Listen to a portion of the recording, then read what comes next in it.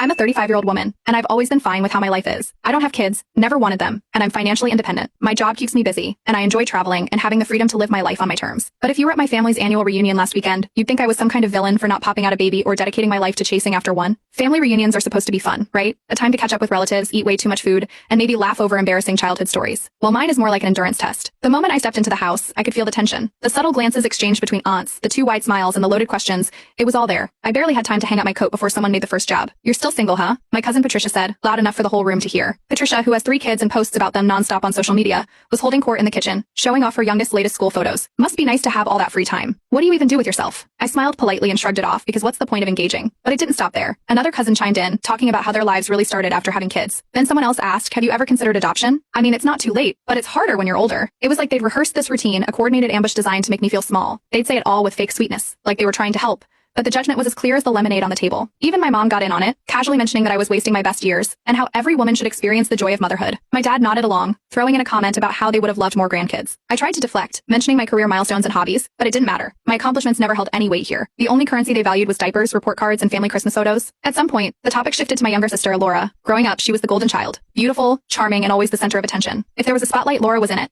But things changed when she got pregnant at 21, dropped out of college, and got involved with the wrong crowd. Addiction followed, along with a series of bad decisions. Eventually, she disappeared from our lives altogether. The last time I saw her was years ago, at some court-mandated family therapy session that ended with her storming out. No one had heard from her since. When Laura's name came up, the room got quieter. It was like everyone collectively decided not to dwell on it for too long. My aunt mentioned, almost offhandedly, that Laura's son, Jamie, was in foster care now. She said it like she was talking about the weather, detached, casual, and with zero emotion. I froze for a moment trying to process what I just heard. Jamie. I'd never met him, but I knew he was about 10 years old now. The last I'd heard, he was living with Laura and one of her boyfriends. Apparently that didn't last. What do you mean he's in foster care? I asked. My aunt shrugged. Well, you know how Laura is. Her choices caught up with her. Poor kid. But what can you do? I looked around the room, waiting for someone to say something. Anything. But they all just went back to their conversations. It was like Jamie didn't even exist. I pressed my parents about it, but they waved me off.